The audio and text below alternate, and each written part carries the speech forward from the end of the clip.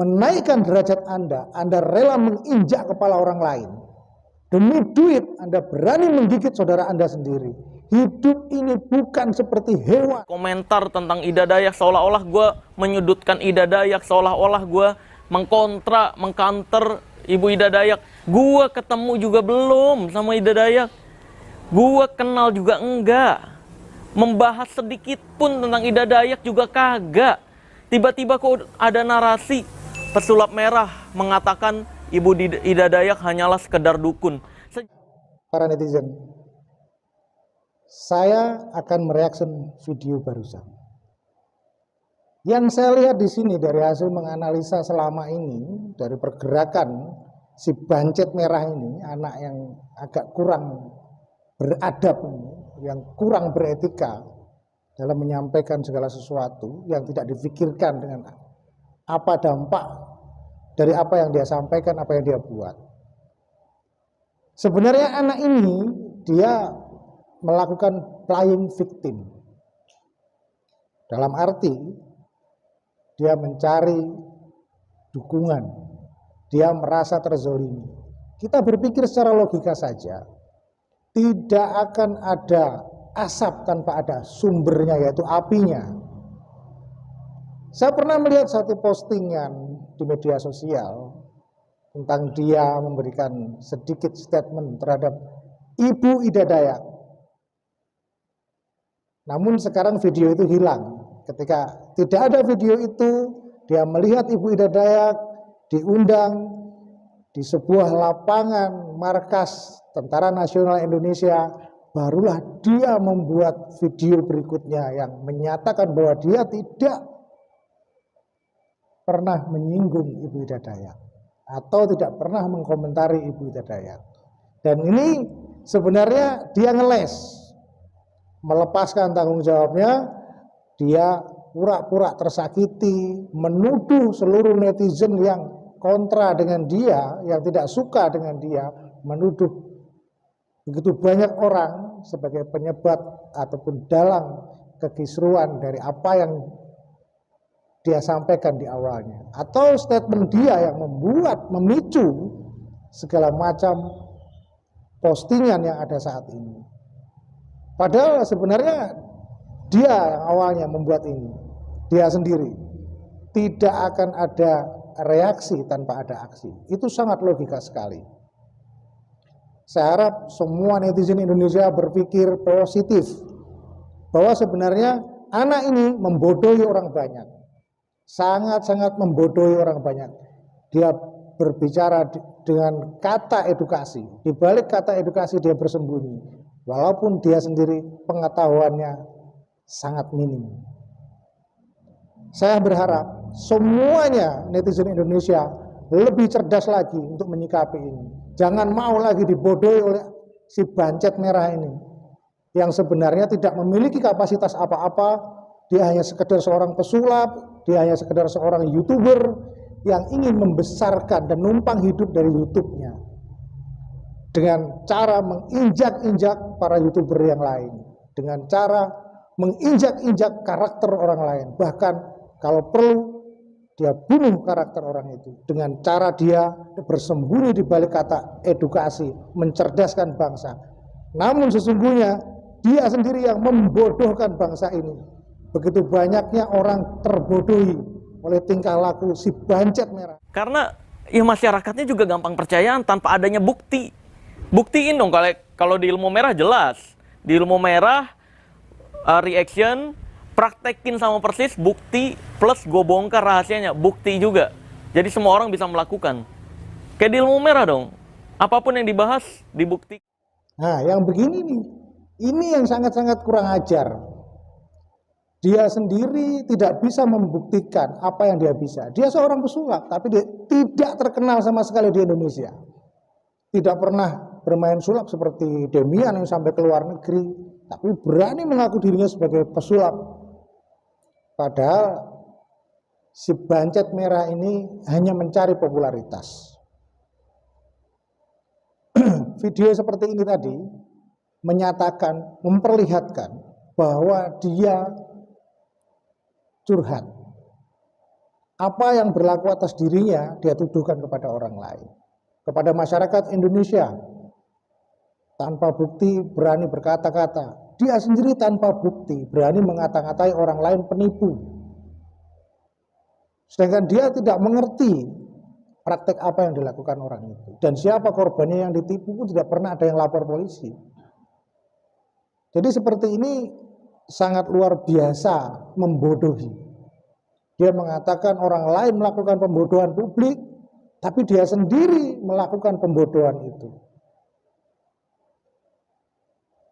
Saya harap netizen Indonesia lebih cerdas lagi, lebih pintar lagi dalam menelaah, dalam memikirkan apa yang dia pertontonkan. Apapun tontonan yang ada di smartphone Anda dari seorang bancet merah ini, Anda 2-3 kali berpikir tentang kebenarannya. Jangan langsung ditelan mentah-mentah. Karena bancet merah inilah 2 kali ini menghebohkan negara Republik Indonesia ini. Hanya karena ulah dari bancet merah ini yang mencari popularitas. Saya tahu saat ini dia sedang turun. Masyarakat Indonesia, sumber daya masyarakat Indonesia kok bisa-bisanya percaya sama video yang orang lain yang ngomong, terus asal percaya-percaya aja tanpa adanya bukti gitu. Adanya Ibu Ida Dayak, dia injak kepala Ibu Ida Dayak ini untuk menaikkan ratingnya dia kembali, untuk mengangkat popularitas dia kembali. Ini nyata. Kalian masyarakat Indonesia harus cerdas, jangan mau dibodohi si bancet merah anak kecil yang tidak tahu apa-apa ini, yang sok-sokan tahu, sok-sokan pintar, walaupun dia tidak pintar. Tulang, kalau posisi kita begini persis, patah gitu terus balik lagi, ini bisa nyambung sendiri. Tapi kalau patah terus ganti posisi, ini perlu ahli patah tulang. Seperti Ida Dayak, seperti Haji Naim, seperti keluarganya Haji Naim, ya, yang sekarang masih mau buka praktek. Ini kalau begini ya perlu diobatin, perlu digeser dulu tulangnya ke arah yang benar gitu. Biar ini kayak gini lagi terus tersambung. Oke, udah cukup paham ya? Jadi apa yang dilakukan Ida Dayak, apa yang dilakukan Haji Naim, nggak ada sakti-saktinya sama sekali. Itu ada pembelajarannya, itu masuk secara medis, masih masuk akal, logika, nggak ada perdukunannya. Yang dilakukan Ida Dayak, perdukunan adalah yang tadi doang nih, yang minyak darah ini nih. Ini semoga nggak dilakuin lagi ya Ibu Ida Dayak ya. Kalau ada keluarga Ibu Ida Dayak nonton ini, mau ketemu saya, boleh kontak ke nomor admin saya, ya, yang ada di deskripsi video ini, atau ke email yang kamu lihat di video ini nih. Oke? Untuk ngobrolin, untuk memperjelas bahwa Ibu Ida Dayak nih nggak sakti, biasa aja, pengobat tradisional gitu. Rendahkan. Kalau memang dia mampu dan menganggap ini biasa-biasa saja, tentunya dia mempertontonkan bagaimana dia membetulkan tulang orang. Saya melihat Ibu Ida luar biasa. Dia ahli dalam membetulkan persendian yang mengalami dislocation. Ahli di situ. Dia pandai. Tetapi teori yang disampaikan si bancet merah ini hanya teori tanpa praktek. Kalau cuma bicara teori saja, semua orang bisa membaca di Google juga bisa. Jadi masyarakat Indonesia harus lebih cerdas lagi. Jangan mau dibodohi si bancet merah ini, yang sebenarnya pandai ngomong, pandai menilai orang lain, tapi tidak bisa mempraktekkan apa yang dia omongkan. Justru selama ini dia membodohi orang banyak dengan channel YouTube-nya, menggiring opini orang lain untuk subscribe berjuta-juta orang subscribe bancet merah adalah orang yang sudah terbodohi oleh tingkah lakunya anak ini. Oke, nih minyaknya. Cuma minyaknya di sini gue nggak diwarnain ya. Kalau yang tadi Ibu Ida pakai diwarnain warna merah. Gue juga nggak tahu warnainnya pakai pewarna makanan atau pewarna baju. Nih, nggak diwarnain, terus dicampurin bubuk kimia. Gue nggak bisa ngasih tahu, bahaya. Nanti takutnya ada yang membuat ini juga, terus menggunakan ini dengan kostum agama, ngaku-ngaku Gus, ngaku-ngaku Kiai, ngaku-ngaku Ustadz, ngaku-ngaku Romo, waduh, bahaya. Nanti banyak lagi orang-orang pecinta pembodohan yang ketipu lagi. Nih, gue buka. Nah, sih, terus tinggal diolesin. Diolesin ke sini.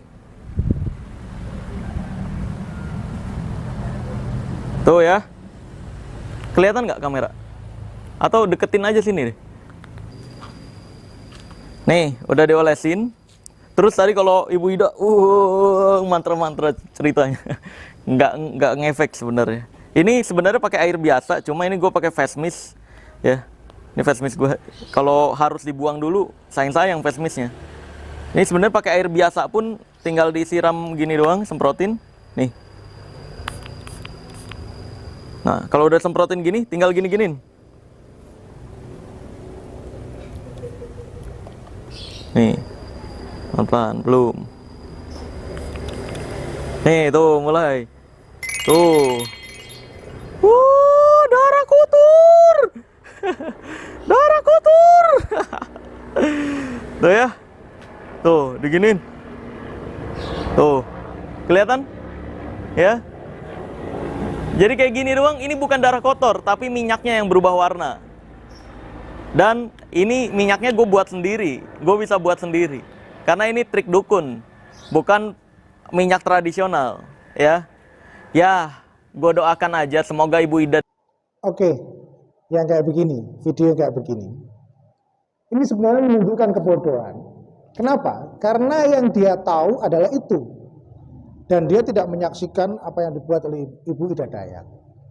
Setiap pengobatan yang sifatnya tradisional atau yang diatur dalam Undang-Undang Kesehatan tahun 2009 yang menyatakan itu sebagai penyehatan komplementer. Silakan buka Undang-Undang Kesehatan tahun 2009. Di situ disebutkan penyehatan komplementer, bukan pengobatan. Jadi apa yang dilakukan oleh Ibu Ida Dayak itu sah. Dalam dunia komplementer semua menggunakan teknik placebo. Si Bancet Merah ini tidak begitu paham dengan placebo. Saya rasa tidak paham dengan placebo. Bahwa sebenarnya ada 3 hal yang sering dilakukan di dalam dunia medis ataupun di dunia penyehatan komplementer. 1, placebo effect. 2, yang dilakukan oleh Gus Samsudin dan ustadz-ustadz yang lain, ataupun aliran agama-agama yang lain, ataupun aliran kepercayaan yang lain, adalah neoplasebo, menyembuhkan dengan doa, menyehatkan dengan doa. Yang ketiga, dimainkan oleh Ibu Ida Dayak,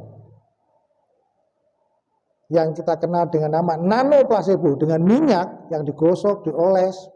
Kalau mungkin yang dituduhkan sebagai pembodohan publik oleh si Bancet Merah ini adalah placebo effect yang dibuat oleh Ibu Ida, bagaimana mengeluarkan darah atau mengeluarkan darah kotor. Oke, itu adalah placebo effect.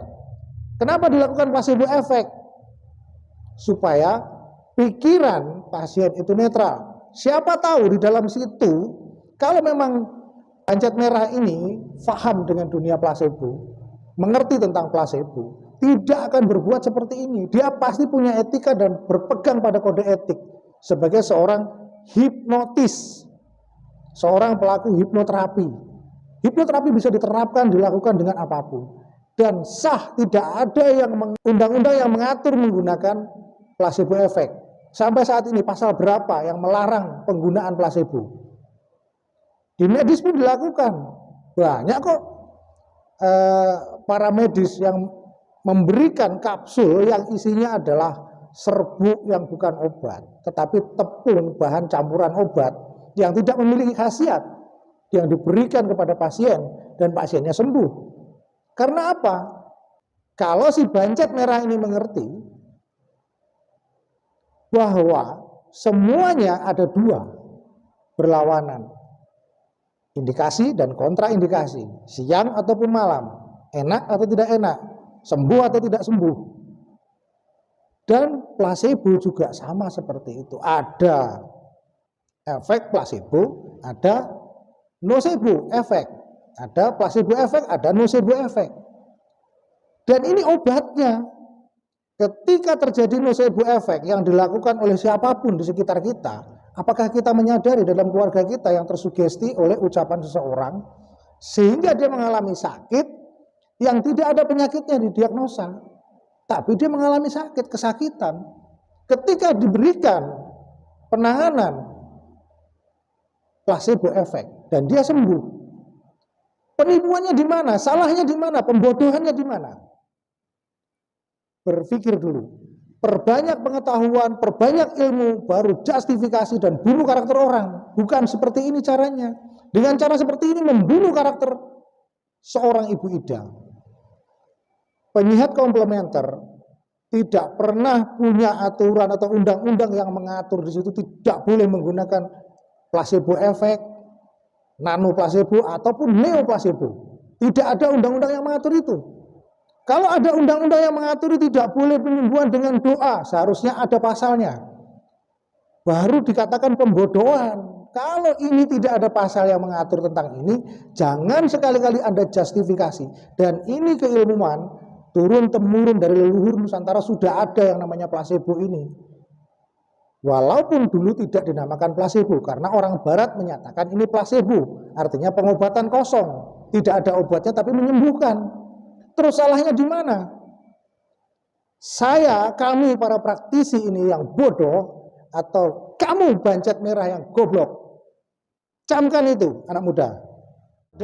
Semoga lebih pandai lagi mencerna apa yang Anda tonton. Rahayu, rahayu, rahayu.